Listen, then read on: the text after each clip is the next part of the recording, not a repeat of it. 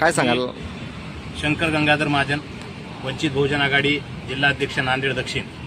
आज आम्ही जिल्हाधिकारी कार्यालय येथे वंचित बहुजन आघाडी नांदेडच्या वतीनं जिल्ह्यामध्ये जे गॅस पुरवठा आहे ते सुरळीत होत नसल्यामुळे व गॅसच्या ह्या टंचाई करून जे ब्लॅकमेलिंगचा प्रकार चालू आहे आणि ऑटो जे CNG आपले LPGचे जे ऑटो आहेत त्यांनाही गॅस मिळत नसल्यामुळे अनेक जणांचे रोजगार थांबलेले आहेत। त्याविषयी चर्चा करण्यासाठी आज जिल्हाधिकारी साहेब यांच्या कार्यालयामध्ये आम्ही सर्वजण आलो होतो। तरी आज साहेबांना आम्ही निवेदन देऊन आमचे सविस्तर अशा गावात जिल्ह्यामध्ये जे भ्रष्टाचार चालू आहे ते सर्व माहिती दिलोत।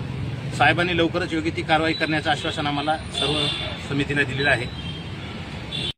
मी प्राध्यापक राज आटकोरे, वंचित बहुजन आघाडी नांदेड उत्तर जिल्हाध्यक्ष। आज आम्ही नांदेड उत्तर व दक्षिण जिल्हाध्यक्ष व संपूर्ण कमिटीच्या वतीने आज या ठिकाणी जिल्हाधिकारी साहेब यांना आम्ही एक निवेदन दिलेलं आहे की नांदेडमध्ये जे LPGचा जे तुटवडा झालेला आहे आणि गॅसची जी टंचाई आहे त्या टंचाईचा परिणाम सर्वसामान्यांना भोगावा लागत आहे, कामगारांवर पडत आहे।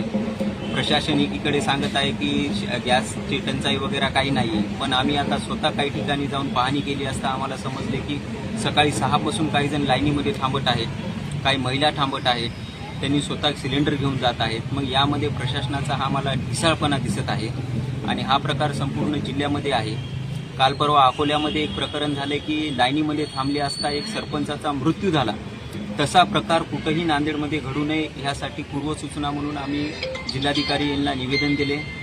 जर असा अन्याय होत असेल, वेळोवेळी जर LPG गॅस जर उपलब्ध होत नसेल तर नांदेड जिल्ह्यातील संपूर्ण ऑटो युनियनला माझी विनंती आहे, LPG चालवणाऱ्या आपण एक जिल्हाधिकारी कार्यालयासमोर मोठं एक आंदोलन करू, जेणेकरून इथं जो भ्रष्टाचार जो चालू आहे त्या यांच्या मार्फत, कोणाच्या एजन्सीच्या मार्फत, तर तो भ्रष्टाचार आपल्याला उघडकीस करून न्याय अन्यायासाठी पुढाकार घेता येईल।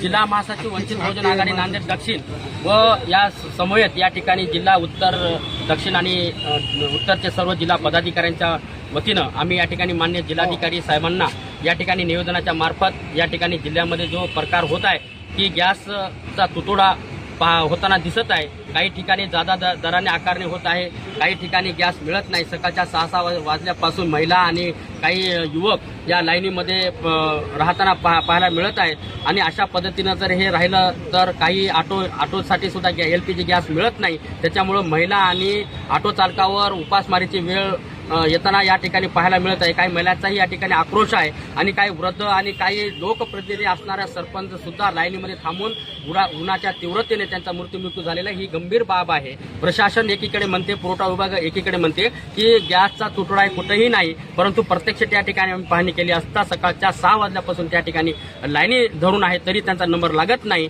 पण हे कुठंतरी ढिसाळ आणि बेशिस्त पद्धतीचं प्रशासनानं या ठिकाणी वातावरण निर्माण करून दिलेले, काही वचक एजन्सीवर राहिलेले नाही। म्हणून पुरवठा विभागाला आम्ही या ठिकाणी वंचित बहुजन आघाडीच्या वतीनं आवाहन करत आहोत की काही दिवसामध्ये जर हे सुरळीत पुरवठा केला नाही तर वंचित बहुजन आघाडीच्या वतीनं तीव्र आंदोलन